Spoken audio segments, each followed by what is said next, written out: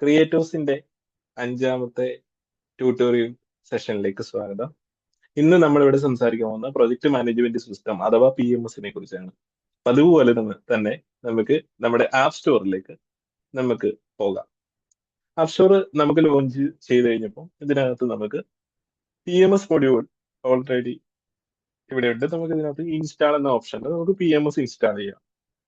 PMS എന്ന് പറഞ്ഞാൽ project management ആണ്. ഒരു പ്രൊജക്ടിനെ വെച്ചിട്ടുള്ള എല്ലാവിധ കാര്യങ്ങളും PMSനകത്താണ് ഓൾറെഡി വരുന്നത്.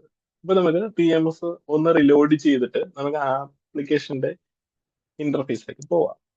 സോ ഇവിടെ നമുക്ക് കാണാൻ പറ്റുന്നത് PMS മെനു നമുക്ക് ഓപ്പൺ ചെയ്യുമ്പോൾ ഇവിടെ നമുക്ക് പ്രോജക്ട്സ് ഉണ്ട്, ടൈം ഷീറ്റ് ഉണ്ട്, ടാസ്ക് ഉണ്ട്, ബേഡ് ഐ വ്യൂ ഉണ്ട്, pipe line, scrum, calendar, schedule, expense, time of, ഇങ്ങനെ എല്ലാം നമുക്ക് ഓൾറെഡി നമ്മുടെ അഡ്മിൻ ഏരിയയിൽ നമുക്ക് ലിസ്റ്റ് ചെയ്തിട്ടുണ്ട്. അപ്പൊ നമുക്ക് എന്താണ് ചെയ്യേണ്ടത്? ആദ്യം നമുക്ക് ഒരു ന്യൂ പ്രൊജക്റ്റിനെ നമുക്ക് ആഡ് ചെയ്യുകയാണ് ചെയ്യേണ്ടത്, അല്ലേ?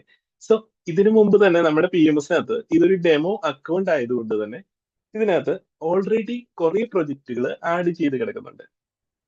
അപ്പൊ നമുക്ക് ഇതൊന്ന് എക്സ്പാൻഡ് ചെയ്ത് നോക്കാം. ഓക്കെ, ഇത് എക്സ്പാൻഡ് ചെയ്യുമ്പോൾ നമുക്ക് ഇതുപോലെ ഒരു പച്ച ബട്ടൺ, ഇതിനകത്ത് നമുക്ക് കൂടുതലായിട്ടും നമുക്ക് പ്രൊജക്റ്റിനെ അലോക്കേറ്റ് ചെയ്യാനായിട്ട്, അത് നിങ്ങൾ ഒന്നുകൂടി ക്ലിയർ ആയിട്ട് നോക്കുക. ഇതിനകത്ത് ഈ first allocate to employee button ആണ്. ഇത് നമുക്ക് ഒരു പ്രൊജക്റ്റിലേക്ക് എന്തൊക്കെ എംപ്ലോയീസ് വേണം, ആരൊക്കെ വർക്ക് ചെയ്യണം എന്നുള്ളതിന്റെ അലോക്കേഷൻ ആണ് ഇവിടെ നടക്കാൻ പോകുന്നത്. ഓക്കെ, അപ്പോൾ നമുക്ക് അലോക്കേറ്റ് ചെയ്യുന്നത് എങ്ങനെയാണ്?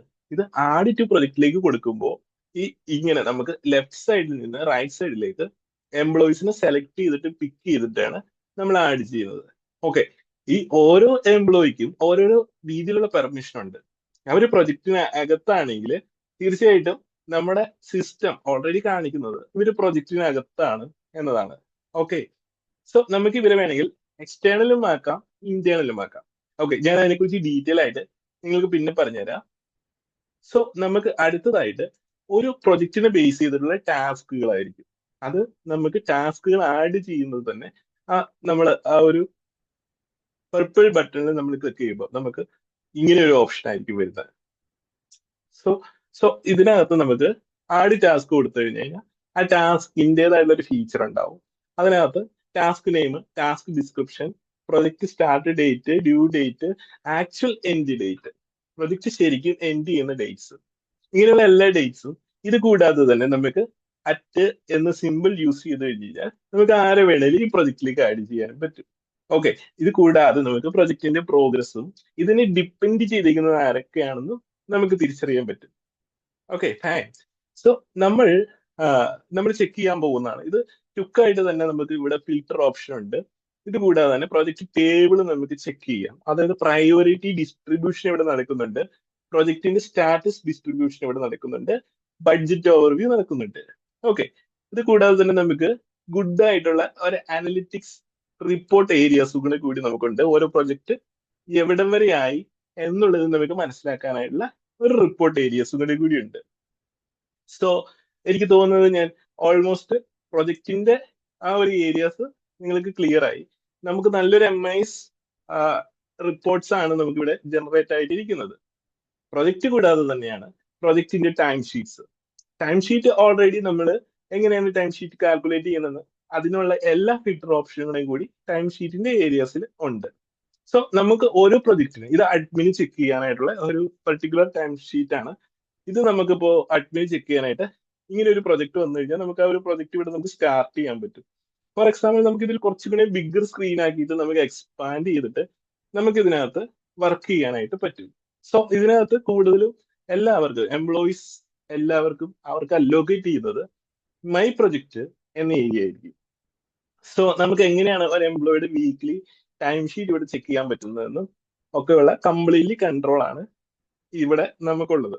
സോ ഇവിടെ നമുക്ക് പ്രൊജക്ട് ബേസിൽ ഫെച്ച് ചെയ്യാൻ പറ്റും. ഓരോരുത്തരും എത്ര വർക്കാണ് ചെയ്തത്, എന്ത് ടാസ്കിലാണ് അവർ വർക്ക് ചെയ്തത് എന്നുള്ളതെല്ലാം നമുക്ക് അറിയാനായിട്ടുള്ള ഓപ്ഷൻ ഇതിനകത്ത് ക്ലിയർ ആയിട്ടുണ്ട്. ഓക്കെ, ഞാൻ ടാസ്കുകളെ കുറിച്ച് പോവുകയാണ്. ഓക്കെ, ഈച്ച് പ്രൊജക്ട് ബേസ് ചെയ്തിട്ടുള്ള ഈച്ച് ടാസ്ക് ഉണ്ടാവും. For example with task, without task, 2 options are there. Actually നിങ്ങൾക്ക് ടാസ്കിനെ കുറിച്ച് ഡീറ്റെയിൽഡ് ആയിട്ട് നിങ്ങൾക്ക് ഇവിടെ ആരൊക്കെയാണ് ടാസ്ക് ഇൻസൈഡ് ഉള്ളത്, ടാസ്ക് ഔട്ട്സൈഡ് ഉള്ളതെന്ന് നിങ്ങൾക്ക് ക്ലിയർ ആയിട്ട് മനസ്സിലാക്കാനും ഇത് ആരൊക്കെയാണ് അസൈൻ ചെയ്തിരിക്കുന്നത്, എന്തോരം പ്രോഗ്രസ് ആണ് ഈ ടാസ്കിൽ വന്നത് എന്ന് നിങ്ങൾക്ക് മനസ്സിലാക്കാനായിട്ടുള്ള എല്ലാവിധ ഓപ്ഷനും നമുക്ക് നല്ലൊരു സെർച്ചിന്റെ ഓപ്ഷൻ ആയിട്ട് ക്രിയേറ്റേഴ്സ് ഓൾറെഡി പ്രൊവൈഡ് ചെയ്യുന്നുണ്ട്. So this scenes very good actually. And then നമുക്ക് വേണ്ടോ നിങ്ങൾക്ക് ഈ ക്വിക്കായിട്ട് സെർച്ച് ചെയ്യാനും ടോട്ടൽ ട്രാക്ക് ചെയ്തിട്ടുള്ള ടൈം, ടോട്ടൽ അലോക്കേറ്റ് ചെയ്തിട്ടുള്ള പ്രൊജക്ടിന്റെ അലോക്കേറ്റ് ചെയ്തിട്ടുള്ള അവേഴ്സ്, ഈ പ്രൊജക്ട് ലാഭത്തിലാണോ നഷ്ടത്തിലാണോ, അതുപോലെ തന്നെ ഈ പ്രൊജക്ടിന് എത്ര ഓവർ ഡ്യൂ ആയിട്ടുണ്ട്, ആരൊക്കെ ഇതിനകത്ത് വർക്ക് ചെയ്യുന്നുണ്ട് എന്നുള്ള A to Z കാര്യങ്ങൾ പ്രൊജക്ട് മാനേജ്മെന്റ് സിസ്റ്റം നമുക്ക് ഓൾറെഡി ഇവിടെ പ്രൊവൈഡ് ചെയ്യുന്നു. സോ ഇതൊരു നല്ലൊരു ഫീച്ചറാണ്. ബേഡ്സ് ഐ വ്യൂ എന്ന് പറഞ്ഞിട്ടുള്ള ഏരിയയിൽ കംപ്ലീറ്റ്ലി ഓവറോൾ ആയിട്ടുള്ള പ്രൊജക്ട് ലോസ്റ്റ് ആയിട്ടുള്ള പ്രൊജക്ടുകളും അല്ലാത്ത പ്രൊജക്ടുകളും അതിന്റെ ഒരു കംപ്ലീറ്റ്ലി ഒരു ഡാഷ്ബോർഡും, ഏത് പ്രൊജക്റ്റാണ് കറന്റ് ഡിലേ ആയിരിക്കുന്നത്, ഏത് പ്രൊജക്ടിന്റെ ടൈം ലോഗാണ് വളരെ മോശമായിട്ടിരിക്കുന്നത്, ഇതൊക്കെ അനലൈസ് ചെയ്യുന്ന ഒരു ഏരിയകളെ കൂടി നമുക്ക് ബേഡ് ഐ വ്യൂവിനകത്ത് PMസിനകത്ത് കൊടുത്തിട്ടുണ്ട്. ഇനി അടുത്തത് പ്രൊജക്ടിന്റെ പൈപ്പ് ലൈൻസ് ആണ്. ആ പൈപ്പ് ലൈൻസ് ഈ CRM പൈപ്പ് ലൈൻ പോലെ തന്നെ ഓരോ പ്രൊജക്ടിന്റെ പൈപ്പ് ലൈനും അത് ട്രാക്ക് ചെയ്യാൻ, for example marketing campaign pipe line, അതിനകത്ത് വരുന്ന സ്റ്റേജുകൾ കണ്ടോ, ഒരു 3-4 സ്റ്റേജുകൾ വരുന്നുണ്ട്. അപ്പൊ അത് പ്ലാനിങ്, എക്സിക്യൂഷൻ, കംപ്ലീറ്റ്, അല്ലെങ്കിൽ കോൺട്രാക്ട്, കിക്ക് ഓഫ്, ഇങ്ങനെ നമുക്ക് ഓരോ പ്രൊജക്റ്റിനും അതിന്റെ സ്റ്റാറ്റിസ്റ്റിക്സ് ഉണ്ടാവും. അപ്പൊ അതിലൊരു പൈപ്പ് ലൈൻ ഉണ്ടാവും. ആ പൈപ്പ് ലൈൻ നമ്മൾ ഇവിടെ മാനുവൽ ആയിട്ട് ക്രിയേറ്റ് ചെയ്തതിന് ശേഷം നമുക്ക് സ്ക്രമ്മിലാണ് ആ പൈപ്പ് ലൈൻ നമുക്ക് ആക്സസ് ചെയ്യാൻ പറ്റുക. ഞാൻ പറഞ്ഞത് ക്ലിയർ ആയില്ലേ? അതായത് ഇതേപോലെ ഒരു ഡ്രോപ്പ് ഡൗണിൽ നമുക്ക് ഓരോ പൈപ്പ് ലൈൻ നമുക്ക് ആക്സസ് ചെയ്യാൻ പറ്റും. സോ ഇങ്ങനെ നമുക്ക് ഡ്രാഗ് ആൻഡ് ഡ്രോപ്പ് ചെയ്ത് ആ പ്രൊജക്ടിന്റെ കാര്യങ്ങൾ നമുക്ക് ക്ലിക്ക് ചെയ്യാനായിട്ട് പറ്റും. ഓക്കെ, ഇനി അടുത്തത് പ്രൊജക്ടിനെ ബേസ് ചെയ്തിട്ടുള്ള കലണ്ടർ ഉണ്ട്. പിന്നെ നമുക്ക് കലണ്ടറിൽ ഓരോ പ്രൊജക്ട് ഓട്ടോ അപ്ഡേറ്റഡ് ആണ്. പിന്നെ ഇത് കൂടാതെ നമുക്ക് എക്സ്പെൻസ് ഉണ്ട്, പ്രൊജക്ടിന്റെ എക്സ്പെൻസ് കാൽക്കുലേറ്റ് ചെയ്യാനായിട്ടുള്ളതുണ്ട്. ഓക്കെ, പിന്നെ നമുക്ക് റിപ്പോർട്ട്സ് ഉണ്ട് പ്രൊജക്ടിന്റെ. ഇതെല്ലാം നിങ്ങൾ സെൽഫായിട്ട് ഒന്ന് ചെക്ക് ചെയ്ത് നോക്കുക. PMസിന്റെ കാര്യങ്ങളിലേക്ക് കൂടുതലായിട്ട് ഡീറ്റെയിൽ ആയിട്ട് പോകുന്നില്ല. പിന്നെ 1 സെക്കൻഡ്, ഒരേ ഒരു കാര്യം ഞാൻ നിങ്ങളോട് പറയട്ടെ. ഈവൻ നിങ്ങൾ ആദ്യം ഒരു പ്രൊജക്ട് ഇവിടെ ക്രിയേറ്റ് ചെയ്തിട്ടുണ്ടെങ്കിലും, അതല്ലെങ്കിൽ നിങ്ങളുടെ ടീമേറ്റ് ക്രിയേറ്റ് ചെയ്തിട്ടുണ്ട് എങ്കിലും, ഒരിക്കലും പ്രൊജക്ട് ടേബിളിൽ ഫസ്റ്റ് അത് അപ്രൂവ് ആയിട്ട് കാണത്തില്ല. ഐ മീൻ ഈ ടേബിളിൽ ഇതിപ്പോ പ്രൊജക്ട് എഡിറ്റ് ചെയ്യാനൊന്നും ഉള്ള ഓൾറെഡി അപ്രൂവ്ഡ് ആയിട്ടുള്ള പ്രൊജക്റ്റ് ആണ് ഇവിടെ വന്നിരിക്കുന്നത്.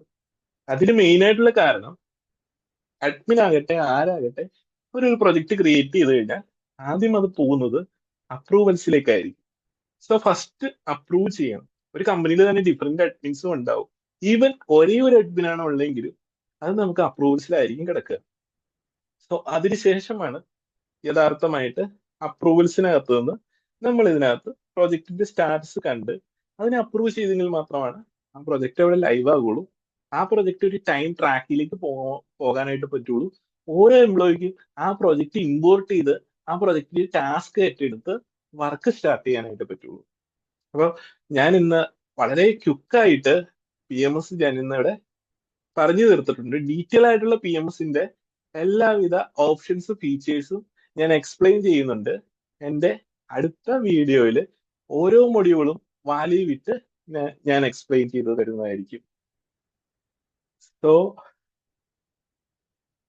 ഇനിയിപ്പോൾ നമുക്ക് അടുത്ത ട്യൂട്ടോറിയലിൽ നമ്മുടെ ആപ്പ് സ്റ്റോറിനകത്ത് തന്നെയുള്ള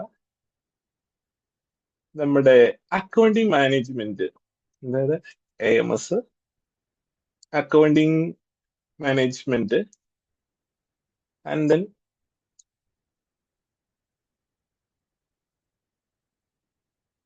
inventory management. Okay,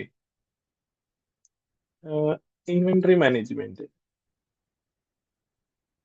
okay, inventory module. അപ്പൊ ഈ അക്കൗണ്ടിങ് മൊഡ്യൂളും ഇൻവെന്ററി മൊഡ്യൂളും ഞാൻ അടുത്ത വീഡിയോയിൽ കാണിച്ചു തരാം. ബിക്കോസ് ഒരു കമ്പനിയുടെ ഏറ്റവും വലിയ നെടുന്തൂണാണ് അക്കൗണ്ടിങ് ആൻഡ് ഇൻവെന്ററി, റൈറ്റ്?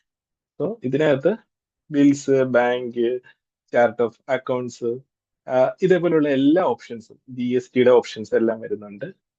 ഇത് കൂടാതെ ഇൻവെന്ററിയിൽ ബാക്കിയുള്ള പ്രോഡക്ട്സ് ഒക്കെ എങ്ങനെയാണ് ഷിപ്പ് ചെയ്യുന്നത്, ഇങ്ങനെയുള്ള കാര്യങ്ങളെല്ലാം വരുന്നുണ്ട്.